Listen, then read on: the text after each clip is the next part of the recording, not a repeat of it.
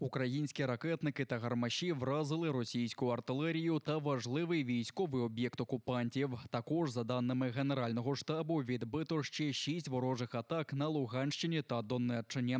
При цьому найгарячішими ділянками фронту залишаються підступи до Авдіївки та Бахмута. Навколишні містечка росіяни перетворюють на купи каміння та випалену землю. А похизуватися значними успіхами окупантам аж ніяк не вдається. Протягом минулого тижня в лікувальні заклади тимчасово окупованого міста Донецьк доставлено понад 720 поранених військовослужбовців підрозділів російських окупаційних військ.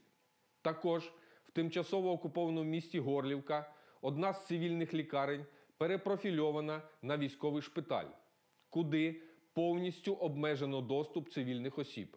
До хворих допускають виключно медичний персонал.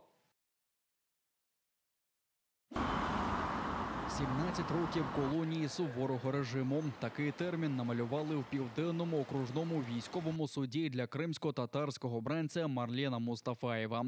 Перші 3 роки за рішенням ростовського конвеєру судилищ Мустафаєв має відбути у в'язниці. Привід традиційний для окупантів – порожні закиди у тероризмі та спробі повалення влади в Росії через нібито причетність до Хізбут Тахрір. Весь судебный процесс от А до Я, он полностью написан как сценарий, да? Полностью там все выдумано, все подкинуто. Это все понимают. И сам судья, и сам прокурор. Ну, прокурор сидел, играл игру на телефоне.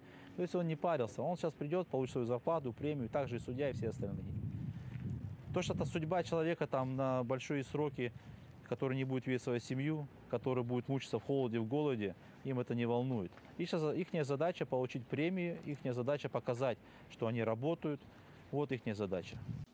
У виступі із так званим останнім словом Мустафаєв заявив, що ще після затримання в лютому російський ФСБівець погрожував йому пістолетом у машині. Бранець порівняв обвинувальний висновок із блокбастером і висловив упевненість, що на слідчого ФСБ Габібулаєва чекав би успіх у роботі сценаристом. Люди, які подолали сотні кілометрів, щоб підтримати Марлена на судилищі, також наголошують на абсурдності звинувачень. Зная Мустафаева Марлена очень много лет, со школьных времен еще, зная его с положительной стороны, все, что сегодня ему озвучили, вменили, как и, в принципе, остальным всем, это все, как говорится, кино. Все работают по одному сценарию, приговоры у них и все обвинения у них по одну копирку. Наш друг, наш знакомый не заслуживает такого срока. Он не заслуживает такого отношения к себе, к нему отнеслись как, по моему мнению, как просто к расходному материалу, прилепив такой срок и посадив, да, его, разрушив его семью, разрушив его быт. Хочу сказать, что это хороший человек, хороший друг, хороший соотечественник, и он не заслуживает на такое. Марлен Мустафаєв – автомеханік з Білогірська. Після російської окупації та початку репресій він почав відвідувати незаконні судилища та допомагати родинам кримсько-татарських бранців. За це його і затримали 9 лютого цього року після нових масових облав окупантів. Крім Марлена Мустафаєва, того дня викрали також Ансара Османова, Амітхана Абдулвапова та Ернеста Сейт-Османова. У всіх окупанти звинуватили у нібито тероризмі.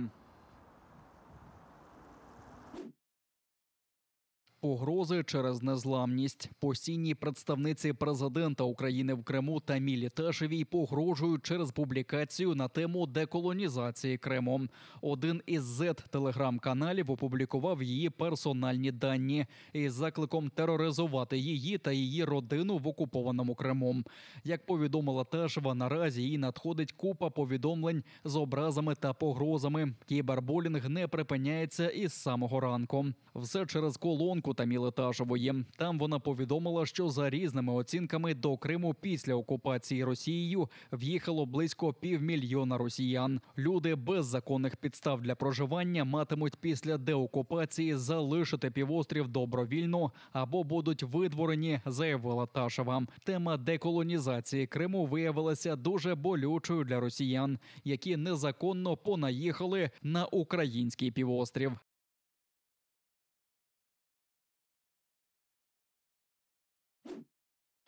До кінця року кількість вбитих російських загарбників в Україні досягне 100 тисяч військових. Таку цифру оголосив президент України Володимир Зеленський. За даними Генерального штабу Збройних сил України, росіяни вже втратили близько 90 тисяч своїх солдат. З них 5000 лише напередодні.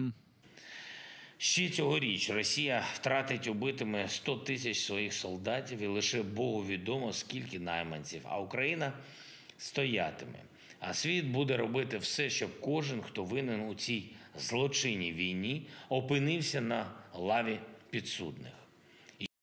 Володимир Зеленський також повідомив, що ситуація на фронті залишається складною. За його словами, попри надзвичайно великі російські втрати, окупанти все ще намагаються наступати на Донеччині, закріпитися на Луганщині, рухатися на Харківщині.